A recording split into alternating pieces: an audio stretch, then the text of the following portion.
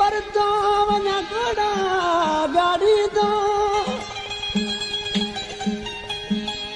कोन पर तो पिरी वञा घोड़ा गाड़ी दो ओ मुके मारी दो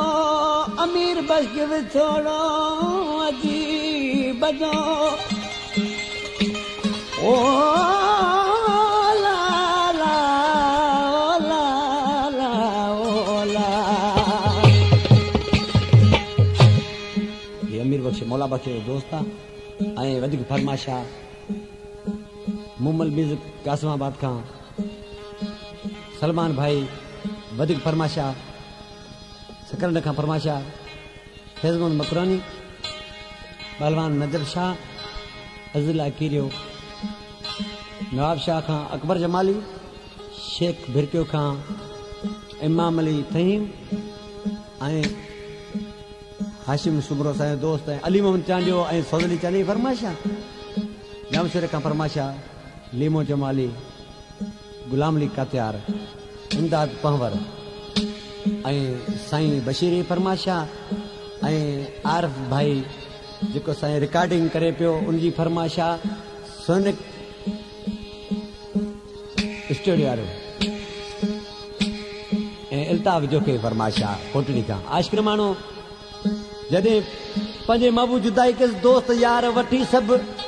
मेड़ खणी आयो महबूब वटि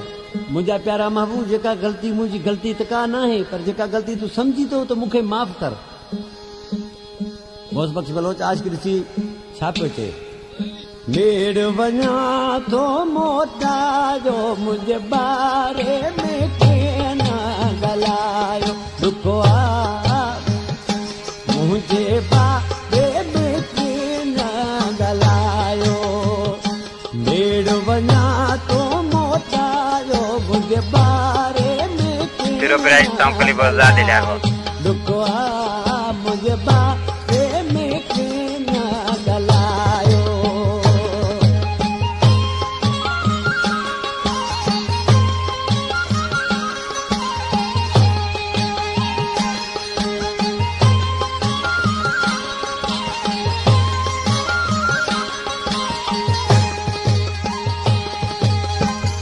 आशिक़ खां सभई दोस्त पुछा कलंगा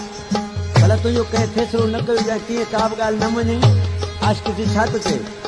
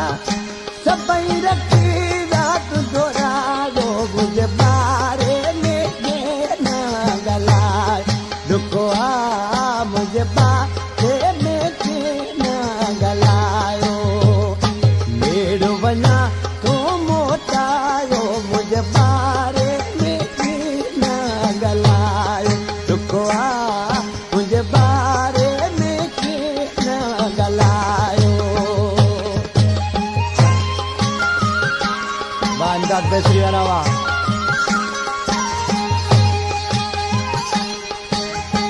वाह उस्ताद मोहम्मद बैजी वाला वाह